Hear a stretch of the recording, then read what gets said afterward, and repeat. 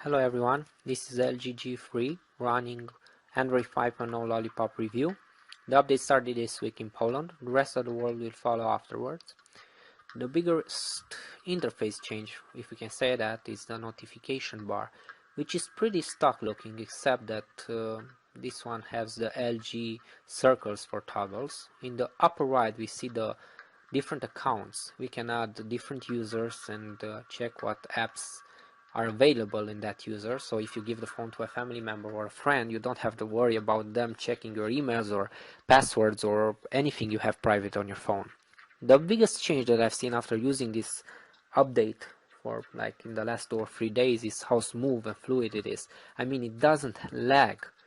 On KitKat, on LG's own launcher, everything was a little bit laggy, a little bit behind, waiting for the animations. It wasn't as fluid, but now I can't remember the last lag I had on this phone. It's just buttery smooth. I don't know if it's because it's running on Art and not Delphic, but it's just great. So another thing that I want to talk about, it's Chrome. Now the multitasking menu here, it's like a file in a drawer. That's the new thing Google is going for, and the Chrome tabs are going to be in the multitasking menu.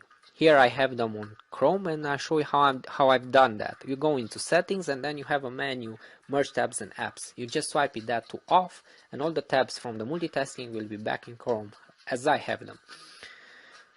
Maybe a couple of you expected for the camera to change because Lollipop has a different API, but here on LG that's not the case. You don't get manual exposure, nothing. It's exactly the same, like almost all the interface on LG G3s on Lollipop, it's exactly the same. Now I discover a couple of bugs. One of them is the keyboard.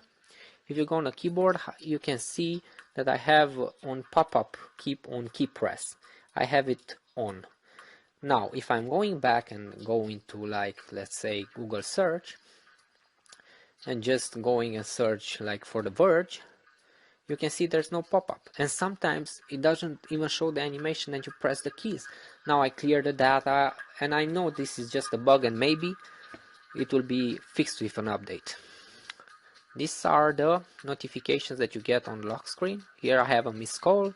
You can swipe it away, you can open it. This is exactly like you see it on the Nexus. Nothing new, nothing special brought to the table by LG.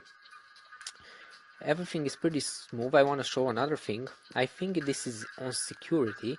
No, this I think it's on lock screen. Let's go to the lock screen, find it. There you can change from swipe. You can change it to a pattern, a password, and you have smart lock. If you pair it with a Bluetooth device, let's say a smartwatch, you don't have to insert the password and you unlock the phone. It will be automatically unlocked. Here's the charging. It shows 94%, but it doesn't always show how much time is left before it's fully charged. That's a bug. Another small bug. Here's Google Plus with tinted status bar, and this is Google Play Music again with tinted status bar because this is updated to material design. Now, not all the apps have the tinted status bars or the material design look. I think this is the only problem that I have with Android 5.0 Lollipop, that we have to wait for the developers to incorporate and develop all those API and all this material design before we have a full experience. In the rest, everybody should get this update on LG G3. It just runs better and the battery is better. Not by much, but it is. Nothing else I can add. Just thank you for watching. This is LG G3 review.